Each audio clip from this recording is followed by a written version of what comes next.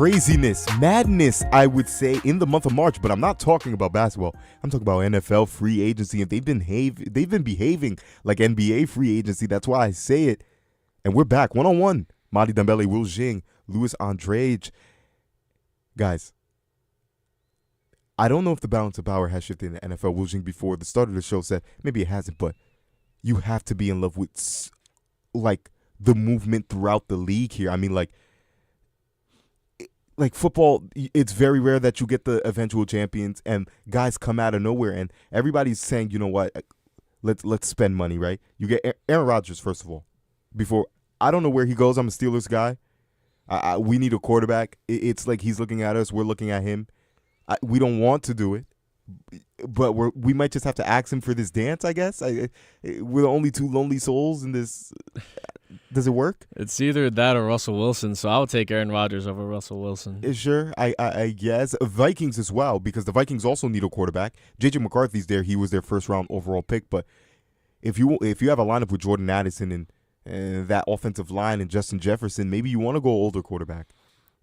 It's okay. So let's break this down. Aaron Rodgers he's probably looking at three specific landing spots. Okay. The Vikings, the Steelers, and the Giants. The Steelers and the Giants look like they both are definitely interested. The Vikings are probably thinking about it, right? They're juggling between him, Sam Darnold, or J.J. McCarthy. For Aaron Rodgers, I think ultimately you don't want the Giants. I think that's the last choice. Yeah, because as a Giants fan, I agree. That's just an absolute disaster, right? Same market, same amount of negative attention. Same stadium. Stadium. And then you're going from bad culture to bad culture. I mean, the way the Giants are run, I mean, you could tell just based off of watching them and how things unfolded on Hard Knocks, you don't want to go in there either. You want to leave and go to a different place. Now, Pittsburgh, right, they made it to the playoffs. Yeah. The Vikings made it to the playoffs, both as wild card teams, but both have glimmers of hope that the Giants don't have. Now, here's where the Steelers should definitely want him back, right? That should definitely be a mutual desire. It might be, like you said, it's like, all the other options are taken, so you kind of just have to be like, all right, well, we'll settle for this. But with the Vikings, it's a little bit more like you don't know what J.J. McCarthy has to offer to the table. I think that winning the title with Michigan, last year, I think that was definitely something that elevated his status in a lot of people's eyes. But at the same time, looking at JJ, he wasn't super stellar also. So it's really a gamble. It's for the Vikings. It's, do you want to have JJ McCarthy, come and play this season and see what he's made of, or do you bring in an Aaron Rodgers? Or I don't think you return to Sam Darnold if you're the Vikings. Darnold's out there with Seattle now, signed a big deal there. Oh, okay. Yeah, so he's off the table. So, again, you go with the youth, and J.J. McCarthy, again, he was I believe the only first-round rookie of that group that did not play. Penix ended up playing towards the end of the season. So, I mean, you give him a spin, or do you go with the guy who is coming off an Achilles and didn't have that great of a season? I don't know, man. I'm taking the gamble and taking JJ because he hasn't proved himself yet. But you have the leeway to do that because, next coming season there's going to be a lot of free agents. You don't know what can jump into your lap.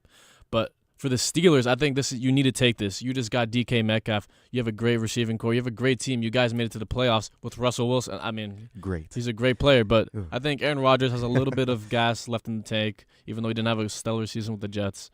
And that it's really up to – I don't think it's up to who wants him. It's up to who's willing to take him. Especially you think it's about who's willing to take Aaron Rodgers? Yes, I don't think it's up to him. You don't think I think the Steelers definitely want him. I don't think it's about. I think they have a choice between Russell and him, easily, and it's up to them. It's literally up to them. They take Russell or Rodgers.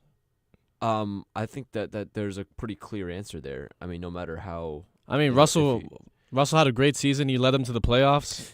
Great. Again, that word great. I will say, coming off of the initial calf injury, because we started Justin Fields. Justin Fields looked really, really well, but he came off that calf injury. He was scorching. I think it was the Giants who he was like slicing and dicing. I was like, okay, this is good. We lost our last 5. we Yeah. lost our last 5, and it was same old Russ. He's holding on to the football too long. He doesn't throw across the middle of the field. He's looking for the deep ball.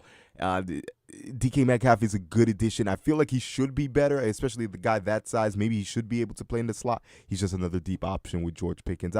So maybe Aaron Rodgers. I don't know. Listen, but you said earlier that you like Aaron Rodgers over Russell Wilson. I do, but I think it's up to it's not me. I'm talking about the perspective of the Steelers. The Steelers. I'm not a Steelers fan. Madi's a Steelers fan. Oh God, yeah, it's not fun here, and I don't know if I would call myself a winner. I'd call myself a winner of this NFL. I would say free agency, I guess, kerfluffle. But has any team to you guys stuck out in particular? Like, who's a winner in this NFL free agency? I like the Patriots for my money. I like all the signings that they made. I wish they would have gone heavy into offensive line rather than just Morgan Moses. But anybody else? The Bears. I like what the Bears are doing. They're cooking something up.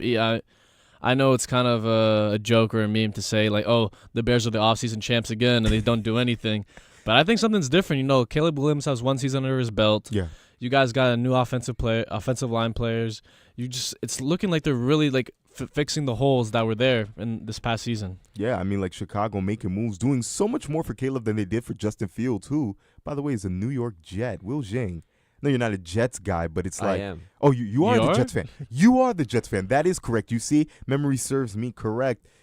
As a Steelers guy, I wish we would have kept him. I actually like him. Had some conversations with WFUV's very own Zachariah Cordova. Said maybe you do keep Justin Fields around, but does he mark a new, I would say, fresh start for the New York Jets organization? Do you plug in and play him? It does mark a fresh start for sure. Yeah. I think, with Aaron Glenn coming in with, you're going to end up drafting, presumably unless they trade that pick, going to end up drafting a pretty top prospect this year. So it is kind of a changing of the guard, but I don't know how much of a difference it really makes. Yeah. Justin Fields could turn out to be one of these guys like Sam Darnold that, becomes better as the years go by, or he just might just continue to be and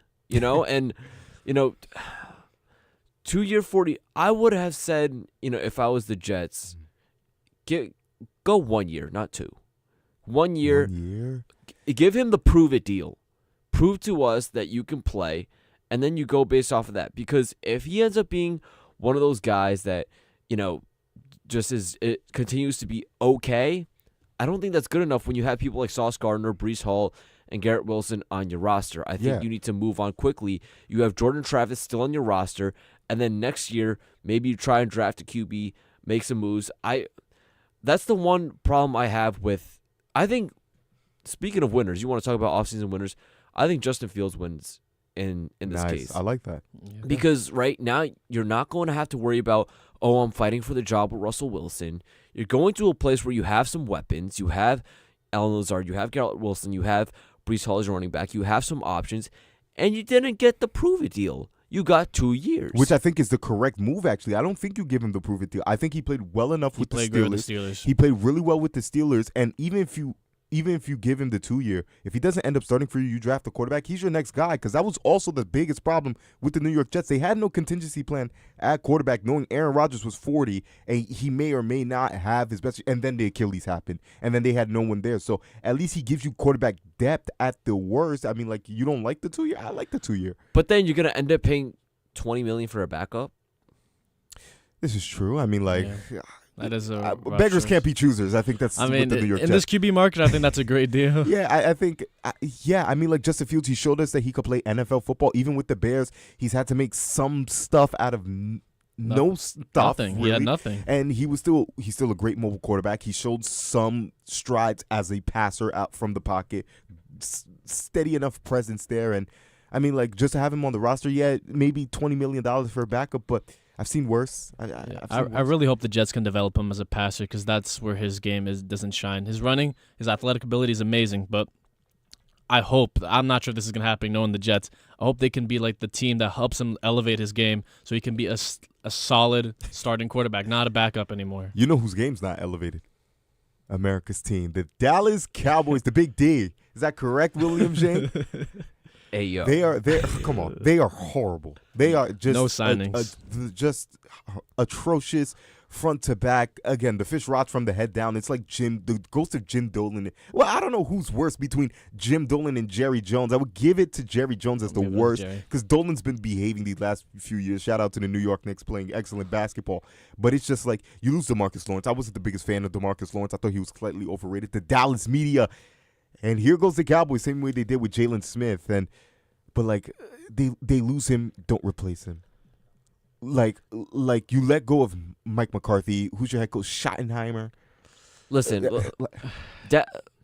Jerry Jones can be. I said this before the show. Jerry Jones can have some comfort knowing that he's somehow, some way, not the worst owner in Dallas, which would not be true in any other city, because the Mavericks owner he's beaten Jerry Jones in this race. But you're right. The Cowboys, speaking of winners and losers in this offseason, they're definitely one of the biggest losers, right? They've taken in the past, they've taken a tremendous amount of time to extend Dak Prescott and CeeDee Lamb. And why do they do that? I'm sorry, why? I think this one's going to be the worst one that really bites them in the rear. They're doing the same thing with Micah Parsons while the price tag for the top edge rushers is going up. Beautiful. Max Crosby, Myles Garrett. I mean, listen, I guess Myles Garrett was he was just using the trade request as leverage because, people say everybody has a price, and it looks like Myles Garrett definitely did. Quarterback money. But now, look, Micah's winning, and the Cowboys are losing, and I just don't know what on earth Jerry Jones and the Dallas Cowboys waiting forever to pay their best players. And do they even have enough money for Micah? Like, even before Garrett signed his big deal and Crosby signed his big deal, they were going to have to choose between the three. Since you signed the quarterback, you got to sign the receiver. That means Micah, I don't think he's a Cowboy. Maybe not this year, maybe the next year after that. I think he's gone. And Myles Garrett signed for quarterback money. I did think he wanted out. I do think he wants to play for a contender because his talent's all world. They gave him quarterback money. Now Micah's looking at it and going, I'm about to get paid big, and if it's not here in Dallas, it's elsewhere. So eventually that will be another loss for the Dallas Cowboys. But what's new with the Dallas Cowboys? Like, what's new? Just losing on top of losing on top of losing. Actually, it's not done because then Micah decides to go beef with DeMarcus Lawrence, which was another thing on Twitter. Yeah. And the funny thing is, if what we're talking about right now, if karma is really going to come back to bite Dallas,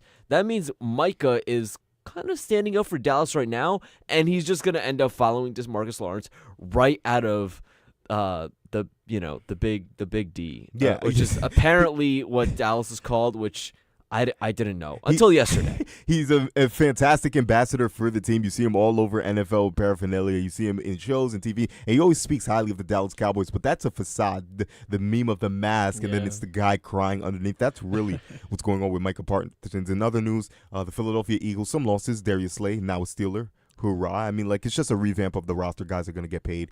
I'm not too worried about the Philadelphia Eagles. No, I think they're still going to be a great contender. Maybe even repeat. They still got Saquon. They still got that great offense. Shout out to Saquon Barkley. Are we loving the deal? Yes, no, maybe so? I think the deal is great, especially with such an offensive player of the year, electric, best running back in the league. 2000. No signs of slowing down. I just think that was an amazing deal, even though it was a little concerning because, running backs are not that stable. They have injuries. I'm tired of the narrative. Slow down. Let the Giants never forget the Giants chose to pay Daniel Jones over Saquon Barkley. He's Barry Sanders with 4 extra inches and 30 more pounds of lean muscle. I do not stand by that. I do not condone that. When they franchise tagged Saquon and they signed Daniel Jones, I was crying. I could not believe they did that. I think more of the story is John Mara sucks at the end of this NFL segment here. That's going to do it for our football talk. Wish we could get into it more, and we will get into it more. Just NFL draft discussion as opposed to such. We will be right back on One-on-One. Stay tuned.